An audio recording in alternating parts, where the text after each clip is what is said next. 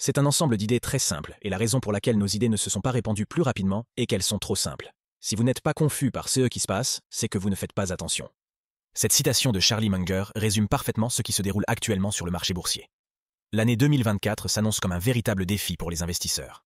Le marché boursier atteint des sommets historiques, amenant beaucoup à penser qu'il est dans une bulle. Comme si cela ne suffisait pas, les taux d'intérêt sont au plus haut depuis 20 ans et l'inflation reste élevée. Heureusement pour nous, l'investisseur légendaire Charlie Munger a une liste de vérifications simples en 4 étapes que vous devez suivre pour investir avec succès en 2024 et au-delà. Maintenant, entrons dans le vif du sujet. Voici la liste des vérifications en 4 étapes. Nous devons traiter des choses que nous sommes capables de comprendre. Et une fois ce filtre passé, nous devons avoir une entreprise avec des caractéristiques intrinsèques qui lui confèrent un avantage concurrentiel durable. Et bien sûr, nous préférerions largement une direction avec beaucoup d'intégrité et de talent. Et finalement, peu importe à quel point c'est merveilleux, ça ne vaut pas un prix infini. Nous devons donc avoir un prix qui a du sens et offre une marge de sécurité, compte tenu des vicissitudes naturelles de la vie. C'est un ensemble d'idées très simples, et la raison pour laquelle nos idées ne se sont pas répandues plus rapidement est qu'elles sont trop simples. Les classes professionnelles ne peuvent pas justifier leur existence si c'est tout ce qu'elles ont à dire. Je veux dire, c'est tellement évident et si simple, que feraient-elles pour le reste du semestre? Premièrement, sur notre liste de vérification, comprenez-vous l'entreprise? Bien que cela puisse sembler presque insultant de simplicité, l'un des moyens les plus faciles pour les investisseurs de perdre de l'argent est d'investir dans quelque chose qu'ils ne comprennent pas.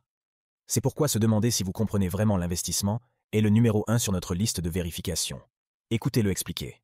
Une partie de notre secret est que nous n'essayons pas de connaître beaucoup de choses. J'ai une pile sur mon bureau qui résout la plupart de mes problèmes. Elle s'appelle la pile trop difficile. Et je continue simplement à déplacer des choses vers la pile trop difficile. De temps en temps, une décision facile se présente et je la prends. C'est mon système. Tout est dans la pile trop difficile, sauf quelques décisions faciles que je prends. C'est mon système. Tout est dans la pile trop difficile, sauf quelques décisions faciles que je prends. Ce n'est pas que nous étions si bons à faire des choses difficiles, nous étions bons à éviter les choses difficiles, à trouver des choses faciles.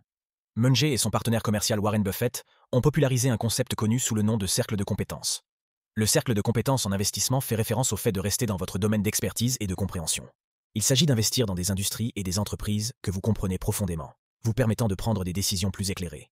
En restant dans votre cercle de compétences, vous pouvez mieux évaluer les risques et les opportunités, menant potentiellement à des résultats d'investissement plus réussis. Comme Charlie Munger l'a expliqué dans le clip précédent, la majorité des investissements potentiels devraient finir dans la pile dite trop difficile parce qu'ils sortent de votre cercle de compétences. C'est un rappel incroyablement pertinent ici, en l'année 2024, avec le marché boursier à des sommets historiques. Lorsque les prix des actions sont élevés, il est incroyablement tentant d'investir dans des choses que vous ne comprenez pas. Il semble que tout le monde gagne facilement de l'argent en investissant dans les choses à la mode à ce moment-là. Cependant, il est important de se rappeler que les choses peuvent changer rapidement, et ce sont généralement les investisseurs non informés qui sont laissés pour compte. Deuxièmement, sur la liste de vérification de Charlie Munger, l'entreprise a-t-elle ce qu'on appelle un fossé? Un fossé en investissement est un avantage concurrentiel qui protège une entreprise des firmes rivales et maintient sa rentabilité à long terme. Voici une analogie simple pour démontrer ce que cela signifie. Imaginez un château médiéval plein de trésors. Dans notre histoire, il est largement connu dans la région que ce château est plein d'or, de bijoux et d'autres objets de valeur. À cause de cela, les villages rivaux veulent attaquer le château et prendre ce qu'il contient. Pour se protéger, les gens du château construisent un fossé autour de la structure. En d'autres termes, un large et profond fossé rempli d'eau. Cela sert de ligne de défense contre tout intrus potentiel. Aussi étrange que cela puisse paraître, les entreprises dans une économie capitaliste fonctionnent beaucoup de la même manière qu'un château médiéval. Les entreprises incroyablement rentables ont une cible sur elles de la part des concurrents. Les entreprises rivales veulent une part de l'action et sont rapides à former une stratégie d'attaque. Ce n'est que l'avantage concurrentiel de l'entreprise, ou son fossé, qui peut vraiment empêcher les concurrents d'empiéter sur son territoire. Voici Charlie Munger parlant du fossé du détaillant Costco. Costco, bien sûr, est une entreprise qui est devenue la meilleure au monde dans sa catégorie et l'a fait avec une méritocratie extrême et un devoir éthique extrême, auto-imposé, de prendre tous ses avantages en termes de coûts, dès qu'elle les accumule et de les transmettre aux clients. Et bien sûr, cela a créé une loyauté féroce des clients, et c'est une merveilleuse entreprise à observer. Et bien sûr, des choses étranges se produisent lorsque vous faites cela et que vous le faites assez longtemps. Costco a un magasin en Corée qui fera plus de 400 millions de ventes cette année. Ce sont des chiffres qui ne peuvent pas exister dans la vente au détail, mais bien sûr, ils le font. Donc, c'est un exemple de quelqu'un ayant le bon système de gestion, le bon système de sélection du personnel, la bonne éthique, la bonne diligence, etc., etc. Ce qui est assez rare. Si 1 ou 2 fois dans une vie, vous êtes associé à une telle entreprise, vous êtes une personne très chanceuse. Pour ceux d'entre vous qui ne connaissent peut-être pas Costco, c'est un géant de la vente au détail basé sur l'adhésion, connu pour ses remises en gros. Les magasins Costco vendent une large gamme de produits, des produits d'épicerie aux appareils électroniques en passant par tout le reste, même des bagues de fiançailles. Comme Charlie l'a décrit, le fossé de Costco vient de sa capacité à proposer des prix moins chers que sa concurrence. Toute la stratégie de l'entreprise est axée sur la façon dont elle peut réduire les coûts et transmettre les économies faites aux clients sous forme de prix plus bas. Pour avoir une idée de l'ampleur du fossé de Costco, imaginez si quelqu'un voulait ouvrir un magasin pour concurrencer Costco.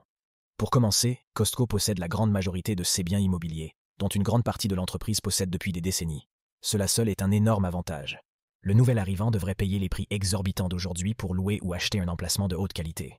Costco fait également des milliards de dollars d'affaires chaque année avec ses principaux fournisseurs de produits, ce qui donne à Costco un levier pour négocier des prix plus favorables pour les produits qu'il transporte.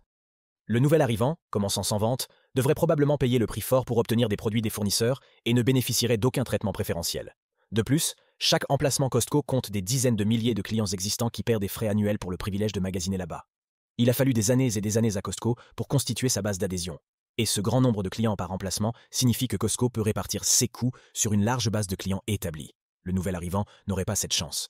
Puisque le nouvel entrant ouvre juste son magasin, il n'a pas de clients existants. Au lieu de cela, notre nouvel arrivant ici devrait dépenser agressivement en marketing pour essayer de constituer une base de clients. Finalement, ces coûts de marketing élevés devraient être répercutés sur le consommateur sous forme de prix plus élevés. Ce ne sont là que quelques éléments, mais je pense que vous avez maintenant une idée de pourquoi avoir un large fossé est si important. Le numéro 3 sur notre liste de vérification est la gestion de l'entreprise est-elle talentueuse? La qualité de la gestion d'une entreprise est incroyablement importante pour le succès à long terme de l'entreprise et, finalement, pour vos rendements d'investissement. Charlie a plaisanté en disant qu'il cherche une entreprise si merveilleuse qu'un idiot peut la diriger, car tôt ou tard, ce sera le cas. Cependant, Munger considère toujours comme un grand positif lorsque la direction est talentueuse. Dans des interviews précédentes, Munger a déclaré que vous devriez évaluer la direction sur 2 critères. 1. Comment ils dirigent l'entreprise, et 2. Comment ils ont alloué le capital au fil du temps. Concernant la première partie, qui est de savoir comment ils ont réussi à gérer l'entreprise, vous pouvez en apprendre beaucoup sur cela en comparant les réalisations de la direction à celles de leurs rivaux dans la même industrie. Des choses comme l'entreprise gagnant des parts de marché par rapport aux concurrents ou la rentabilité de l'entreprise s'est-elle améliorée par rapport au reste de l'industrie. Et sur le deuxième point, l'allocation du capital, c'est un domaine qui est souvent négligé à la fois par les nouveaux investisseurs et les investisseurs expérimentés. Cependant, c'est incroyablement important si vous prévoyez de détenir l'action à long terme. L'allocation du capital est simplement ce qu'une entreprise fait avec l'argent qu'elle génère à partir des opérations de l'entreprise. Lorsqu'une entreprise produit de l'argent, l'équipe de direction a quelques choix avec ce qu'elle peut faire avec tout cet argent. Ils peuvent le réinvestir dans l'entreprise, ils peuvent l'utiliser pour acheter une entreprise pour croître par le biais d'acquisition, ou ils peuvent le retourner aux actionnaires en versant des dividendes ou en rachetant des actions. L'allocation du capital est l'un des plus grands domaines où les équipes de direction peuvent se tromper. Un domaine particulier que vous devez surveiller est la croissance par le biais d'acquisition. Souvent, les entreprises peuvent dépenser des milliards en acquisitions qui ne fonctionnent pas parce que l'entreprise qu'elles ont achetée s'avère ne pas être une bonne entreprise ou l'équipe de direction a simplement payé trop cher. Souvent, cet argent aurait été mieux dépensé s'il avait été versé en dividendes aux actionnaires. Le numéro 4 sur la liste de vérification de Munger est l'investissement a-t-il une marge de sécurité? Le concept de marge de sécurité en matière d'investissement a été inventé par le mentor de Warren Buffett, Benjamin Graham, dans les années 30. Cependant, étant donné ce qui se passe en 2024, avec le marché boursier atteignant des sommets historiques, c'est encore plus pertinent aujourd'hui. Écoutez Charlie expliquer comment il pense à la marge de sécurité. Oui, ce concept de marge de sécurité se résume à obtenir plus de valeur que ce que vous payez. Et cette valeur peut exister sous de nombreuses formes différentes. Si vous êtes payé 4 pour 1 sur quelque chose qui est une proposition à pari égal, eh bien, c'est aussi une proposition de valeur. C'est de l'algèbre de lycée. Et les gens qui ne savent pas utiliser l'algèbre de lycée devraient se lancer dans une autre activité. Comme Charlie l'a dit, une bonne façon de résumer le concept de marge de sécurité est que vous obtenez plus de valeur que ce que vous payez. Peu importe à quel point une action est formidable, elle n'est pas d'une valeur infinie. Charlie Munger a fait fortune en achetant des actions pour moins que ce qu'on appelle leur valeur intrinsèque. La valeur intrinsèque est une estimation de la véritable valeur d'une action basée sur l'argent que l'entreprise générera à l'avenir. Pensez-y de cette façon. Imaginez qu'il y ait une action qui a une valeur intrinsèque de $100 par action.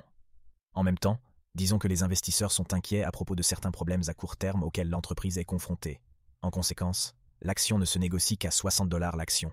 La marge de sécurité ici serait la différence entre la valeur intrinsèque de l'action et le prix auquel elle se négocie actuellement. Une marge de sécurité est importante car elle aide à protéger les investisseurs de perdre de l'argent dans le CA où leur estimation de la valeur intrinsèque de l'entreprise s'avère incorrecte.